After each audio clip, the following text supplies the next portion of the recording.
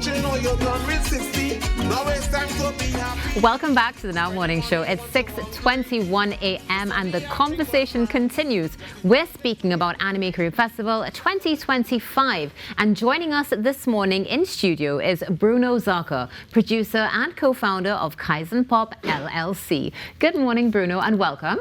Good morning. Thank you.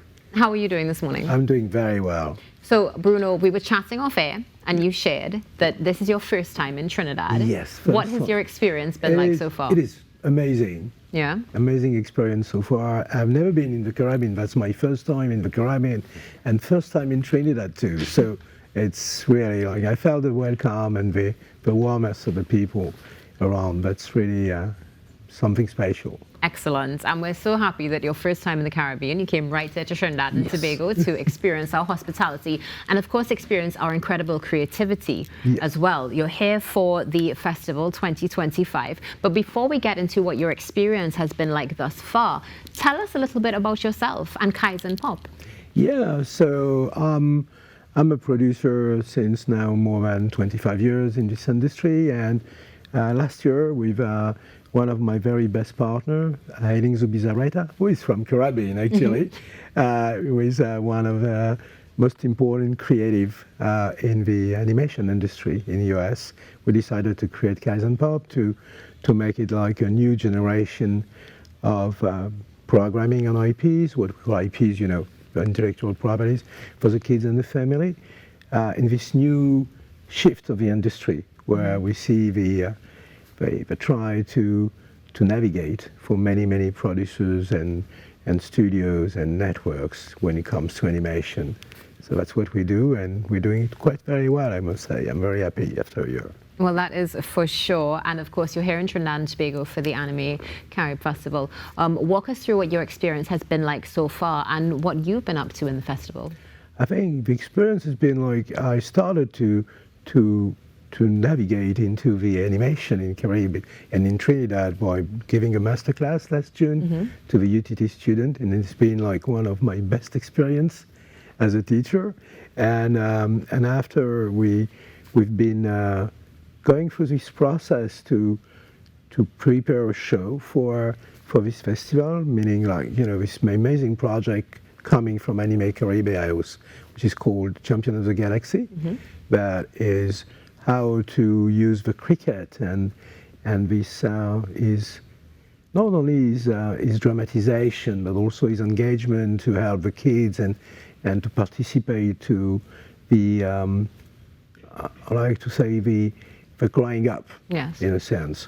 Not only the growing up as an individual, but also the growing up as in the social, finding your space somewhere.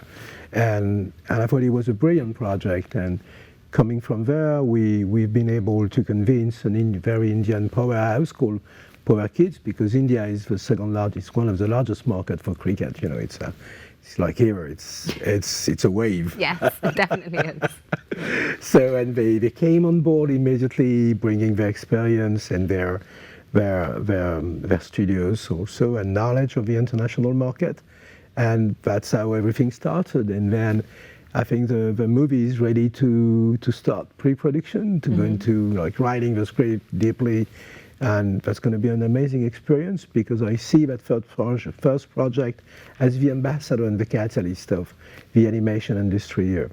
100%, and it's something that many, of course, are following quite diligently. And you just mentioned that you would have done the masterclass with UTT. You're here now. I can imagine what it must have been like to bridge that gap from going to, I guess, virtual conversations happening to being here in person. How do you feel about the landscape in Trinidad and Tobago when it comes to animation?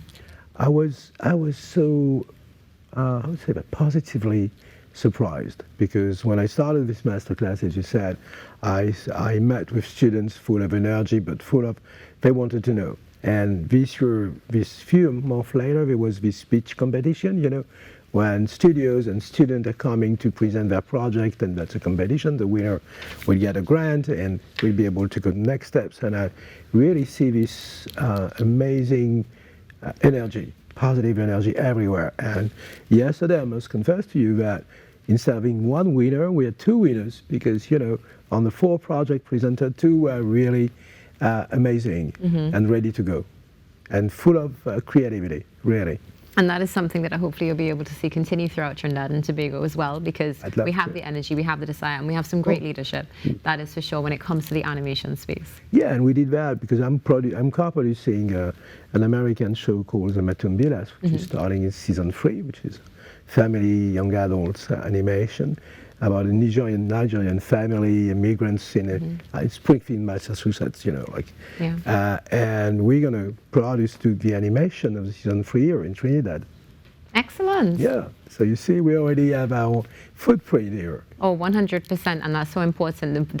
Well, I can't say that first footprint, but having the foundational footprints is something that is going to expand our industry. Something you mentioned particularly as you speak about animation, and of course you spoke about growing up as well, and the fact that this is something that is critical, especially for our younger generation. It's a great way to tell stories. How do you see the cross-collaboration, I mean, the global collaboration, I could say, impacting the way that our stories are told via animation? That's a very good question. There are many, many answers to bring here. This shift I was discussing with you about initially, where I gave a panel conference yesterday, is all about how from the audience became a community through the social media, and notably YouTube, TikTok, Instagram, to name a few of them, and how they started to create their own content, and then they started to follow the content creators. And they didn't care from where they were coming from, because they were subscribing to things, to content they liked, to ideas, to animated. And that's how suddenly the way to communicate, the way to reach your audience and your community changed completely. It's like this gate, which was the broadcasters in a sense, suddenly disappeared, because you can reach your audience through YouTube or TikTok, and that's a massive change, meaning that culturally speaking, for your creativity, they will meet their community much faster. That's really a big advantage and an asset. It definitely is, and it's something, as you just going off of what you said, it's something that we see happening now, and we see a voice also going to those that perhaps in the previous generation may not necessarily have had that space and that voice as well. Again, just going back to the global trends of collaboration that we even see happening here, do you see more and more confident younger generations coming out, having their stories being heard and impacting us? Totally. Yes, That's excellent. Totally. This is for sure. And any words of wisdom for those who may be interested? Because the reality is, we do know that, yes, we have that solid foundation now. We are building it. We have incredible people like yourself coming to work with us, not just in person, but of course virtually. But any words of wisdom for, still we have some people who honestly may be a little bit doubtful. We're going to be realistic about it, right? Especially as we have our own cultural things to battle. Any words of wisdom for them when it comes to animation? I think just do it. Yeah. That's the best. And that is something that echoes throughout so many things. And in this space, we definitely need it, because it's such an open space, creativity. Any particular experiences outside of the masterclass that you've had that you've really enjoyed with Animae Caribe 2025? I think the kindness of the people, the energy. I mean, I've been welcome, like in very few countries in the world, I have been welcomed before, and I felt this warm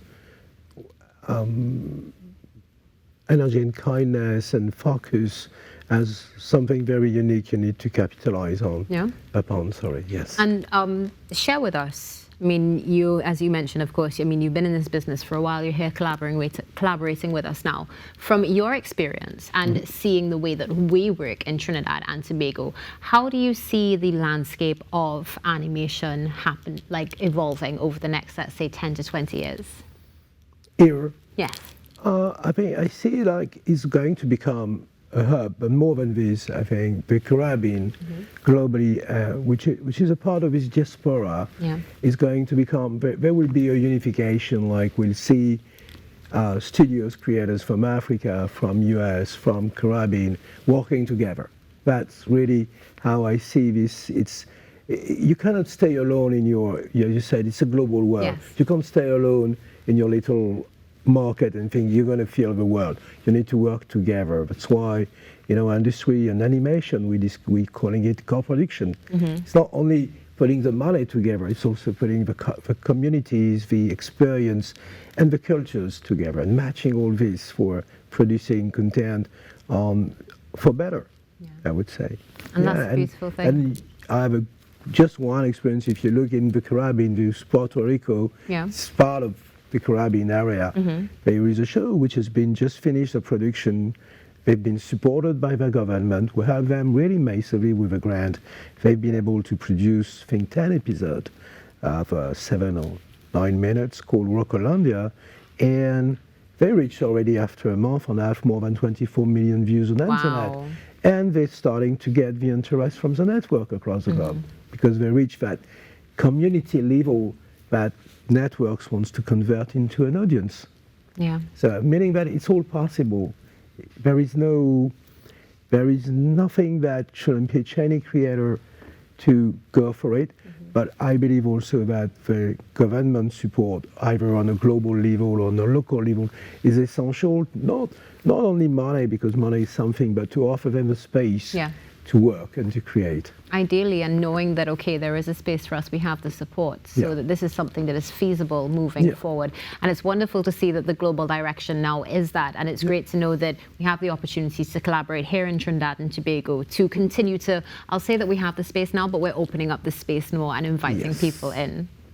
Now, on behalf of Trinidad and Tobago, I'm going to take a bit of liberty here. Of course, you are coming back. I would hope you'll be coming back. I will be back. And next time I'll bring my family, for sure. I will, yes. There you go. And we're your extended family here in Trinidad and Tobago. I know that you would have been well taken care of, and I'm sure that you're enjoying Animae Caribe so far. Anything you're looking forward to outside of what you've experienced? No, I think I'm really like, I'm a curious, being a producer or and in animation and kids and family means you're still a child. You never grow up. You shouldn't, to be fair. So you're curious. So everything you see, everything you take, it's something you take, like it's a given. So this is the way I see the things in my life every day. Well, that's beautiful. And that's something that through your work and through collaboration, you will be able to impart to everybody else as well. Definitely. Do you have any closing comments or anything you would like to mention before we close our conversation? I think I want to say to the people in the festival and the content creators, the students, the producer, the manager, but you're doing right. Never doubt. It's hard. The starter has been always difficult for all of us. You look at me today, I look like super easy, but it has been hard. I was young. It has been difficult, but working hard was. It's easier today than it was. It's not easier because the money is easier to find. It's because there are more networks, more screens, and even more screens than ever today. Because through your telephone, through your tablets, but you access the world. Like if you just think that on YouTube, I think you have more than 100 million channels of animation. That's massive. That's why I said just go for it. Don't talk, make it. And that's it, and that's perfect advice. Well, Bruno, thank you for joining us this morning. You. It's been a pleasure. Looking forward to seeing you again soon. I hope so. Bruno Zarka, here with us this morning on the Now Morning Show as we speak about the Animae Caribe Festival and all the great things, opportunities that are happening right here in Trinidad and Tobago and the world. Stay tuned. The Now Morning Show will be back right after this break.